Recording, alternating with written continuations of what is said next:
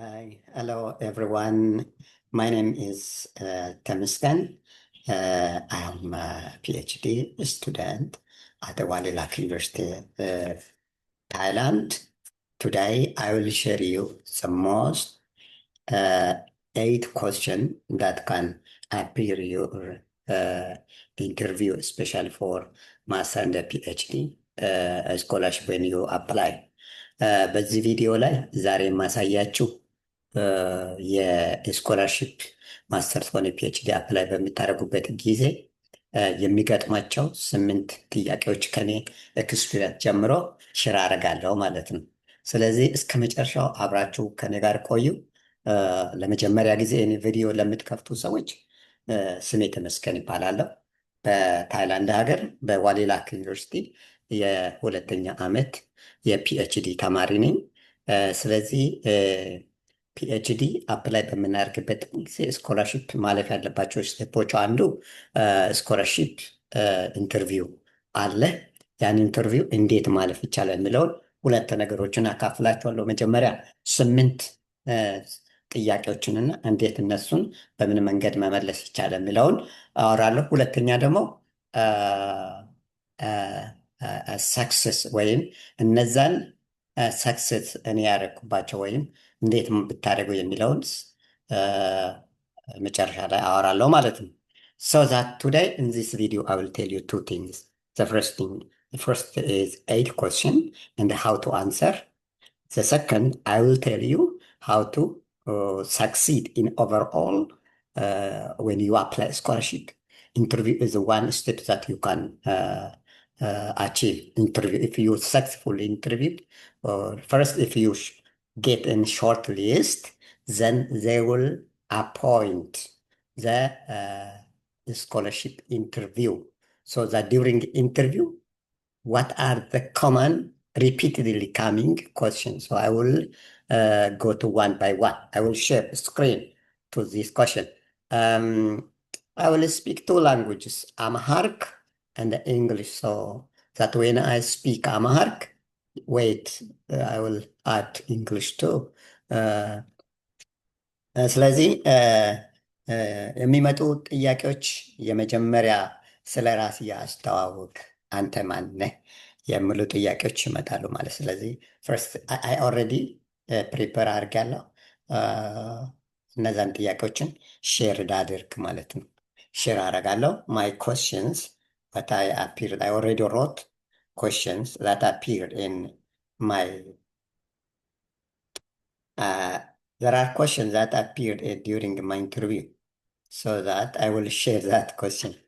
The first question that you will get mostly, the first question that you will get during the interview is, tell about yourself. Tell us about yourself. ስለ ራስህ ንገር ነው። So at this time, you will start from who you are. Don't add details here.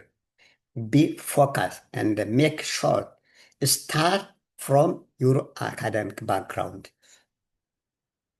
ከትምህርታችሁ ጀምሮ ምን እንደተማራችሁ፣ ምን አቺም ወይም ዋና ቁልፍ ተግባራት በስራችሁ ወቅት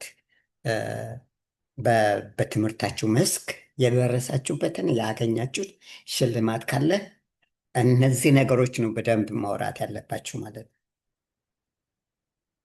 Don't go further when they ask you tell about yourself. Just focus what your academic background and the key achievement. The third, what is the passion for your field? Why you are interested also you add in this. It's a very important thing. Overall, they know that when you tell about yourself, clearly they focus who this man is or this applicant is. So that's very important ነው ማለት ነው። በዚህ ጊዜ ላይ ማናችሁ፣ ምን ተማራችሁ፣ ምናችሁ ያደረጋችሁ የሚለው በደንብ ማውራት ይጠበቅባችኋል ማለት ነው። በዚህ ጊዜ ላይ ሌላ ነገር እንዲህ ተወልጄ እዚህ አድጌ ምናምን የሚሉትን አትጨምሩ። በቃ ዶንት ሳይ ዛት እኔ እዚህ ተወልጄ ከገሌና ከደ በዚህ ዓመተ ምህረት ምናምን የሚለው ተውት። እሱ በቃ በዚህ ጊዜ አይጠቅምም ማለት ነው። you are mature enough, you are applying PhD or a master, so you are mature. Start from your academic achievement, academic background, and what is your uh, passion for this field. The second question is that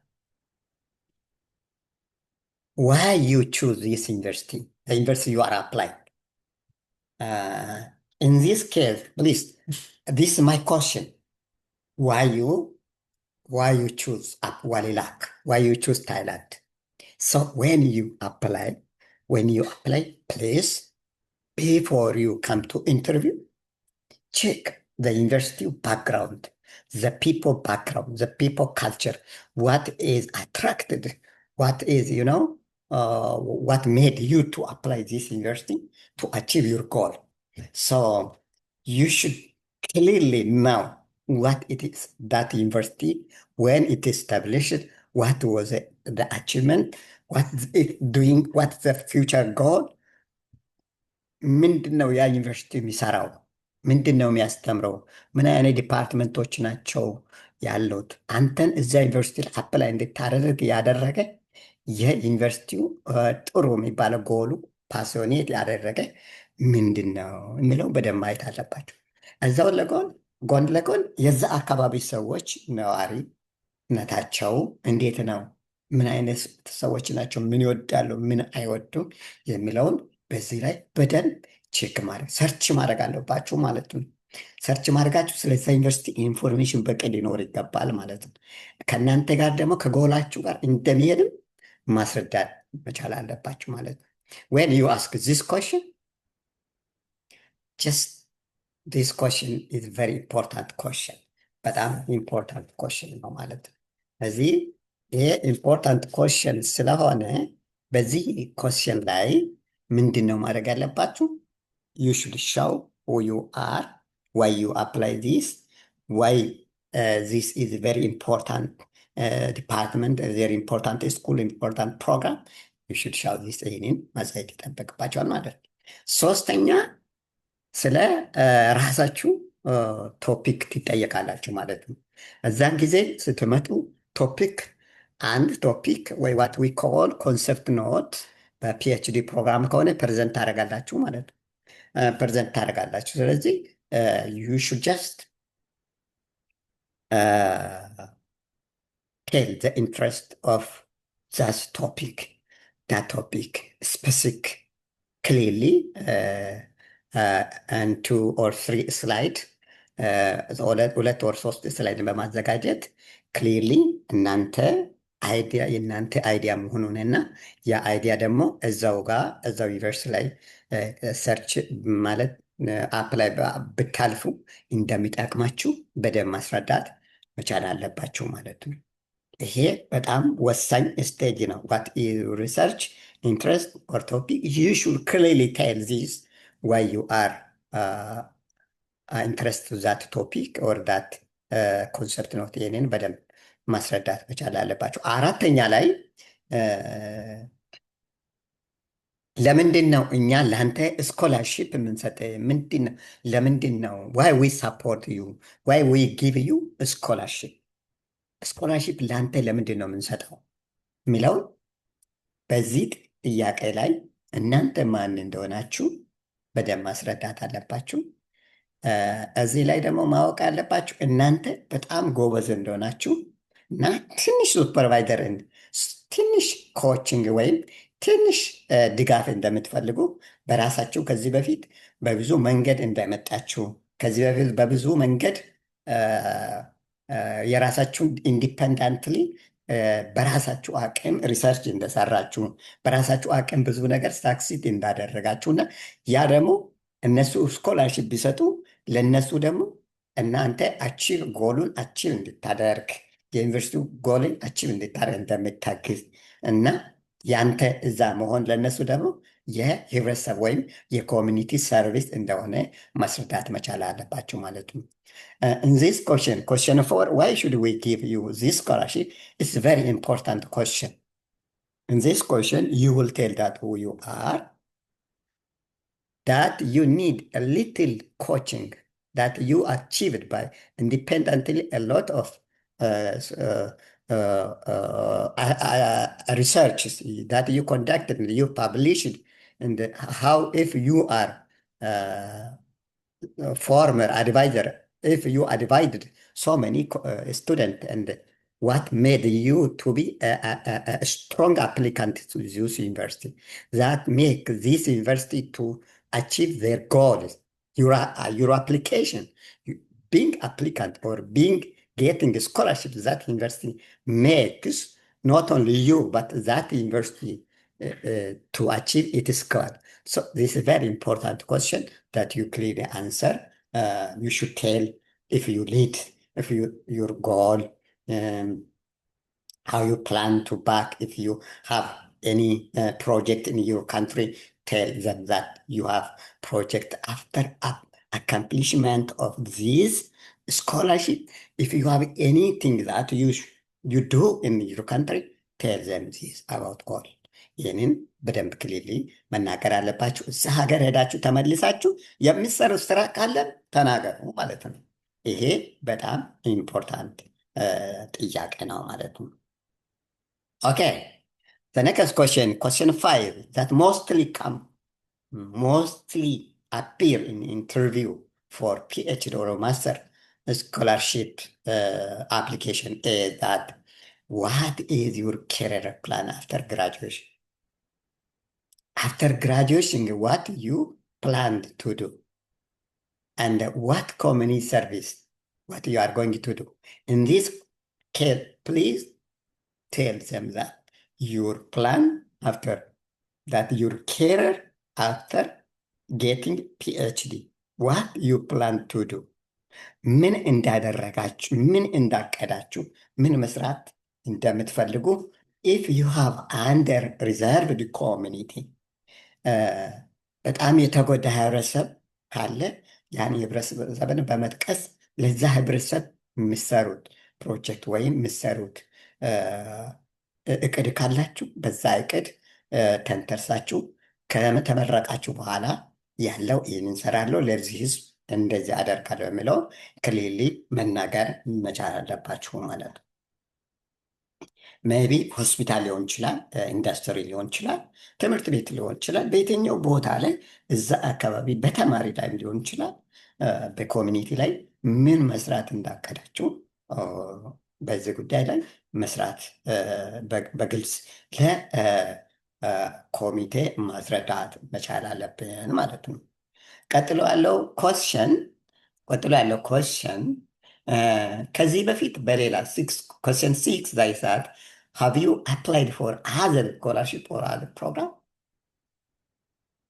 Tell them that this is the first thing you are highly passionate to this university, this program.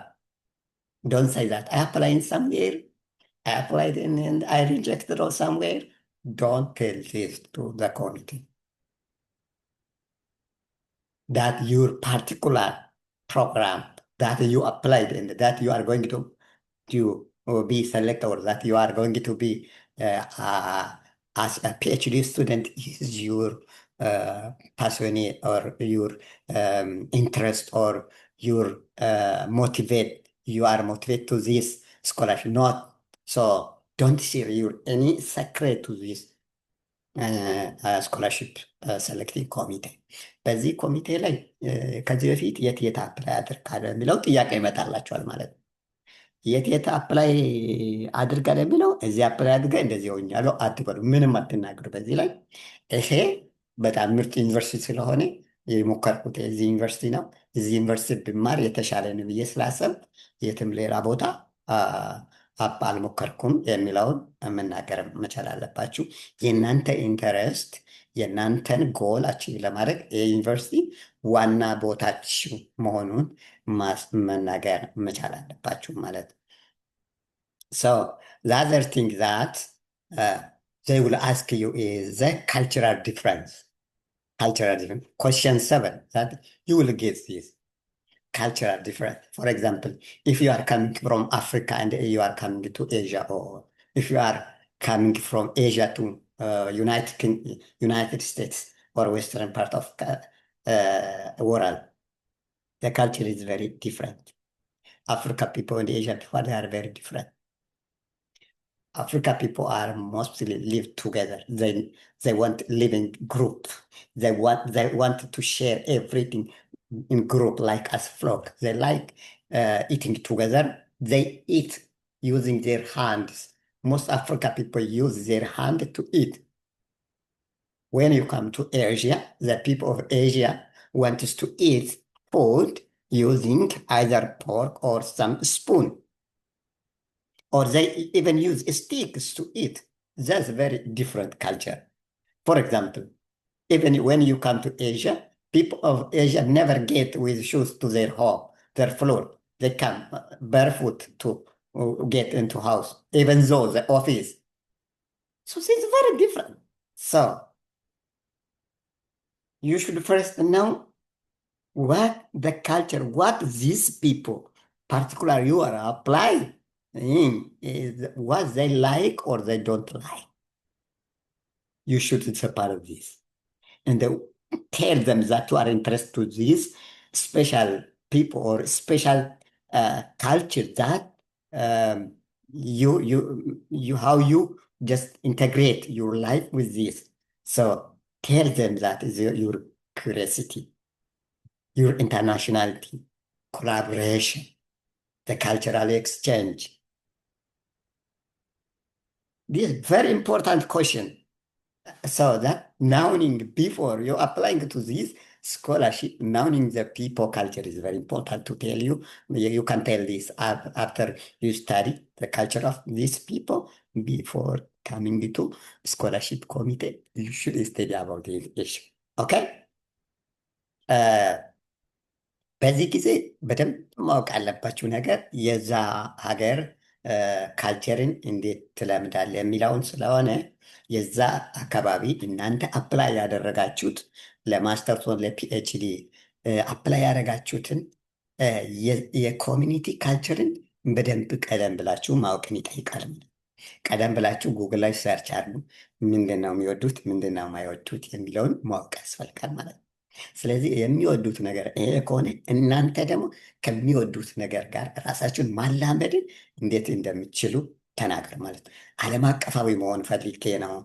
ኢየሱስ በጣም ሰው ወዳድ እንደሆነ፣ ደስተኛ እንደሆነ፣ ሰውን አፍቃሪ እንደሆነ፣ አብሮ የሚበላ ከሆነ አብሮ የሚበላ ስለሆነ፣ አብሮ ሼር የሚያደርግ ከሆነ አብሮ የሚያደርግ ከሆነ የሚለው መደብ ማውራት አለ። ለምሳሌ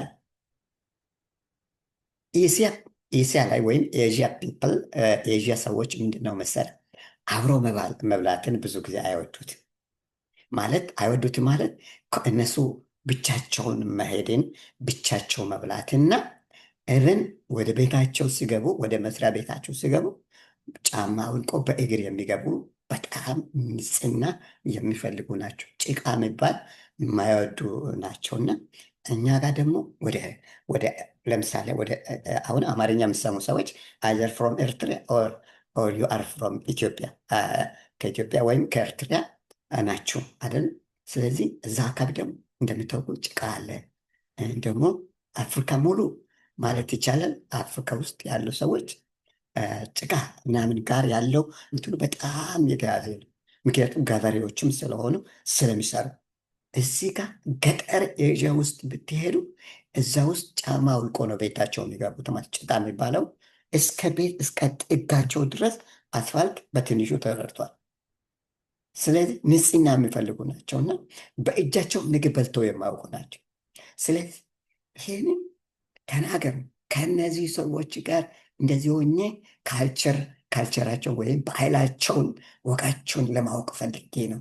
ይህንን በደንብ በቃ አስቦኛል፣ ይህንን በቀላሉ አዳፍት ማድረግ የሚችል አቅም አለኝ የሚለውን ለነሱ ትናገራላችሁ ማለት ነው።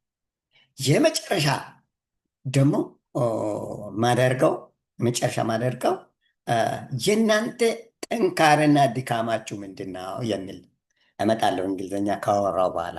ምክንያቱም የኔ ሳብስክራይበሮቼ ከኤዥያ አብዛኛዎቹ ኤዥያ ናቸውና ለዛ እሺ my subscribers are from Asia also and from different world that I am just mixing Amharic with English. So, and question is the basic and important question that asking you your strength and that of your weakness. This is very important question.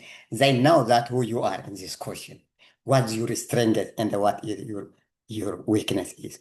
So in this question, don't I will tell you first how to answer because just pick one or two strengths relevant to that role, that topic, that program, which align to that country, culture, and belief. Please don't tell much about your strengths. Don't tell about much about your weakness. Tell at least one or two. One is also allowed.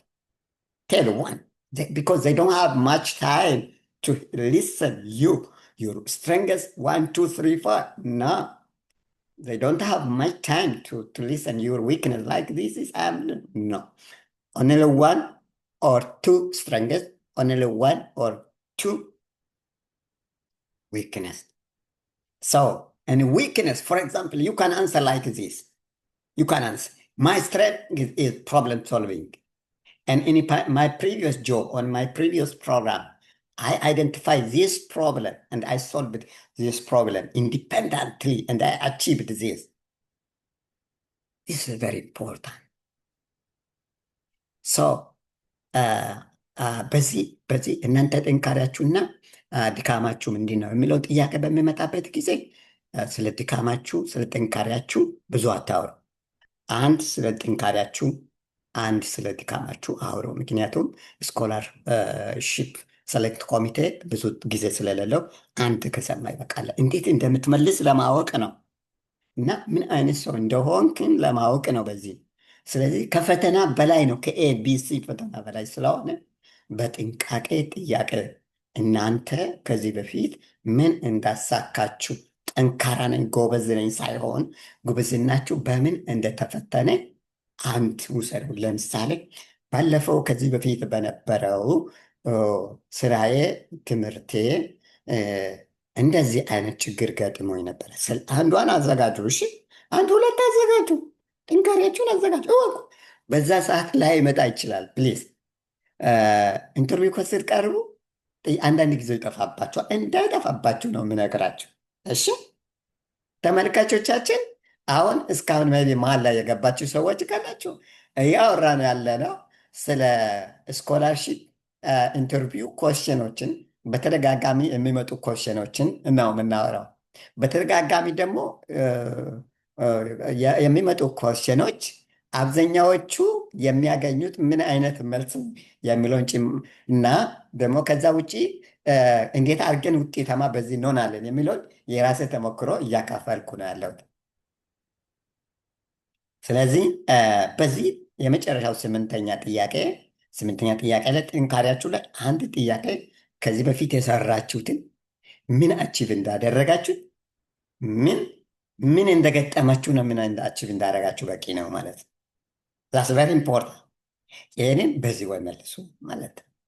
ስለዚህ እንዳያስቸግራችሁ ቀደም ብላችሁ ጥንካሬያችሁን በዛው ስታስቡ ላይ መጣ ስለምችል ነው የምነግራችሁ። እሺ ዘን you will tell also your weakness. Don't tell much about that. Don't tell your weakness that affect that scholarship program. Tell that one weakness that you may say that I am shy speaking in public. I fear people when ask me urgent question. Just you can answer this guy. You can just say your weakness. Don't tell, please. Let me again repeat this question. When they ask you, what is your weakness? Don't tell for the scholarship select committee that you are bad at this. No. My weakness is I'm shy. I just focus on specific this till I succeed. Or just tell them that does not affect your scholarship. Very important question. So uh, tell them that what in this question 8, tell them that what you achieved and what you not achieved, but make it simple, clear, and one sentence for each strength or that of weakness. That's in general in each 8. አሁን ስምንተኛ ጥያቄ ላይ ሁለተኛ ላይ ነው ያለሁት፣ ምክንያቱም እያቀላቀልኩ ስለማወራ እንዳይጠፋባችሁ ሶሪ። ስለ ድካማችሁ ስታወሩ ድካማችሁ ጥንካሬያቸውን ድካማቸው ስታወሩ ድካማችሁ ስኮላርሽፕን እናንተ የምታገኙትን ስኮላርሽፕ ላይ ፕሮግራሙን አፌክት የማያደርግ መሆኑን ማረጋገጥ መቻል አለባቸው። If it affects the program, you're likely to be selected very low. So please make sure that your weakness does not affect the scholarship that you are going to apply. Then the final, that what I'm summarized, is how to succeed in general.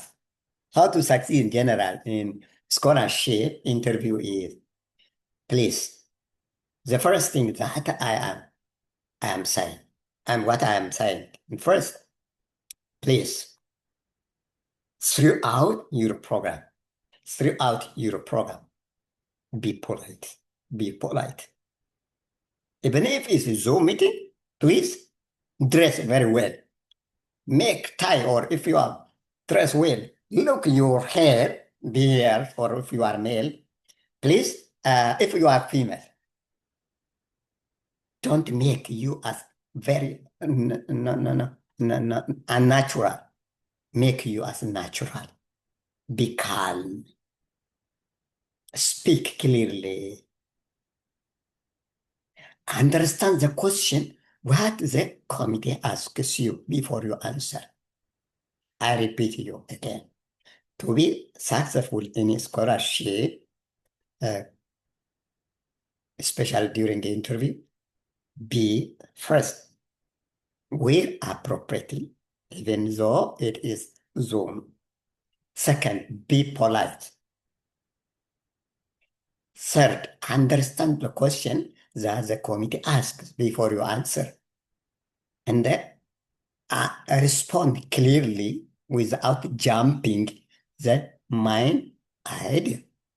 And the fifth one is be calm and polite. በተለይ በስኮላርሽፕ ኮሚቴ ላይ ሁሉም ነገር ላትመልሱ ትችላላችሁ፣ ግን መጠቅላላ በጥያቄ ጊዜ ዱሪንግ ዩር በጥያቄ ጊዜ መልስ በምትመልሱበት ጊዜ ይዛችሁ በምትቀርቡበት ነገር ላይ ሁሉ በደንብ ጥንቃቄ ማድረግ ይጠይቃል ማለት ነው። ስለዚህ አንደኛ በደንብ ልብሳችሁ ቆንጆ ይሁንል። ከረባት የሚታስሩ ከሆነ ወንዶች ፂማችሁን በደንብ ተቆርጣችሁ ተስተካክላችሁ መግባትን፣ ፀጉራችሁ ጨብረር ያለ እንዳይሆን መጠንቀቅ። ከዛ ውጭ ደግሞ ሴቶች ከሆናችሁ ናቹራል ሁኑ፣ ማለት በጣም ኮስሞቲክስ አታብዙ። ማንም በውበታችሁ የሚሳብ የለም፣ በንግግራችሁ ብቻ ነው። ስለዚህ በንግግራችሁ ነው እንጂ ስላይደለ አውቃችሁ የምትለብሱትን የምታረጉትን የምታወሩትን ሁሉ በአፕሮፕሬት በሆነ መንገድ ግለጹ። አንደኛ አለባበሳችሁን፣ ሁለተኛ ትህትናችሁን፣ ሶስተኛ ጥያቄ በሚጠይቁበት ጊዜ ከመመለሳችሁ በፊት አንደርስታንድ ማድረግ፣ ከዛ በኋላ ደግሞ መልስ በምትፈልሱበት ጊዜ በደንብ ክሊርሊ አስብላችሁ ሲምፕል ወርድ ተጠቅማችሁ መመለስን እንዳትረሱ። ከዛ እስከ መጨረሻ ፓኒክ አትሁን። ስታይ ካልምድ ሁኑ። እንግዲህ ለዛሬ ያዘጋጀሁት የስኮላርሺፕ በተደጋጋሚ የሚመጡ ጥያቄዎች ነው። እንግዲህ ተመልካቾቻችን እንግዲህ ዛሬ ይዤላችሁ የመጣሁት ስለ ስኮላርሺፕ በተደጋጋሚ ለማስተርስ ሆነ ለፒኤችዲ የሚመጡ 8 ጥያቄዎች ናቸው። አንዳንድ ጊዜ ስለ ቤተሰብን ልትጠየቁ ስለሚችሉ ስለ ቤተሰብን ክሊሊ እንዴት ማኔጅ ማድረግ እንዳለባችሁ በደንብ ተዘጋጁ ማለት ነው። ቤተሰቦችን ጥለህ የምትሄድበት እንዴት አድርጎ ስኮላርሺፕ አፌክት እንደማያደርግ አፌክት የሚያደርግ ከሆነ ስኮላርሺፕ ሰሌክት ኮሚቴ ሀሳቡ በእናንተ ላይ ያለው እምነቱ ስለመያዝ፣ ስለዚህ በዚህ ጉዳይ ላይ በደንብ መጠንቀቅ ያስፈልጋል ማለት። ስለዚህ ስለ ቤተሰብም መወሰን መቻል አለ። መሀል ላይ ይጠይቃል። ስንት ልጆች አሉ? ስንት ቤተሰብ አለ? ስለዚህ እንዴት አድርገን እነሱን ጥለ ወደ እኛ አንተን ብቻ ነው የምንቀበለው ይለው። ያን ጊዜ እናንተ እዛ ጋር በቂ ዝግጅት እንዳደረጋችሁ ነው እነሱ እዛ ጋር በቂ ገንዘብ ወይም እነሱ ራሳቸው መኖር የሚችሉበትን መሆኑን ያንተ ስኮላርሽፕን የእናንተ ደግሞ እዛ ትምህርትን እናንተ መምጣት እነሱን ሆነ ያንተን አፌክት እንደማያደርግ ክሊሊ መናገር መቻል አለባችሁ ማለት ነው።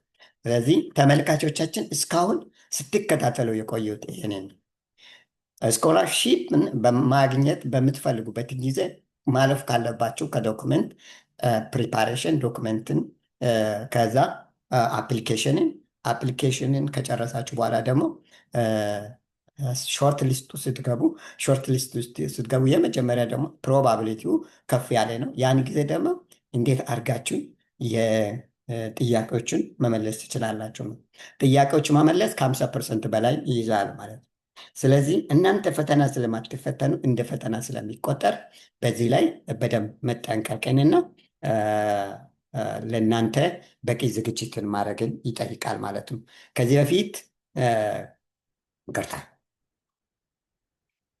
በፊት እንደዚህ አይነት ነገር ላይ ተሳትፋችሁ ማታውቁ ከሆነ ራሳችሁን ከዚህ ነገር ጋር በማገናኘት እንደዚህ ቢጠየቅ እንዴት እመልሳለሁ የሚለውንም እየፈተናችሁ ራሳችሁ እንድትቆዩ አፕላይ ማድረጋችሁ እንዳትተዉ፣ ደግሞ ተስፋ ማድረጋችሁ እንዳትተዉ እስከ መጨረሻ ተከታተሉ። እኔ የማመጣቸው ነገር ሁሉ ጠቃሚና ከህይወቴ ከኤክስፒሪንሴ ጀምሬ ስለሆነ መከታተላችሁ እንዳትረሱ።